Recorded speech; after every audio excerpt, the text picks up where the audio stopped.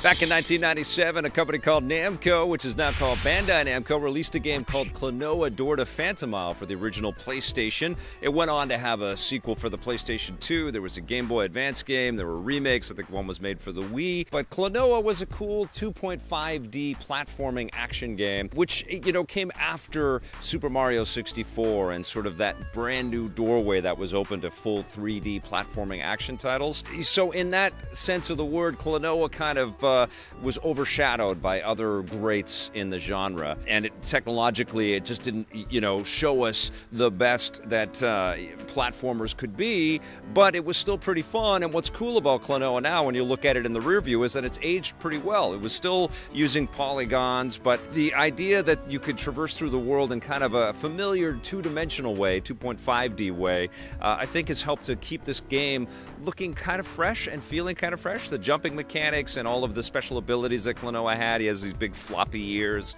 and this kind of ripped out of the 90s kind of clothing aesthetic. But it was charming. It was beautiful. It kind of evoked some of the stuff that you saw in things like Knights, the classic Sega title in there. And it just had this really cool, unique style that was all its own. And Klonoa has appeared in various other Bandai Namco games over the years, Soul Calibur and Tekken and stuff. And I think there's a reason for that. There's a lot of charm, and I think this is one of those beloved characters that has virtually disappeared from our industry, and I think the time is right for us to get something really cool. A Switch Klonoa game would be great, even if it was a remaster of the original, maybe taking some of the assets from the Wii game and redoing those or something like that, or giving us a full 3D go anywhere adventure with this character would be really rad. I know that's an expensive endeavor, but for now all we've got is to go and try to hunt down the original 1997 PlayStation copy and find a PlayStation that will actually play this disc. But it was very cool, and because it's been a long time, Klonoa, I'm calling you a buried treasure.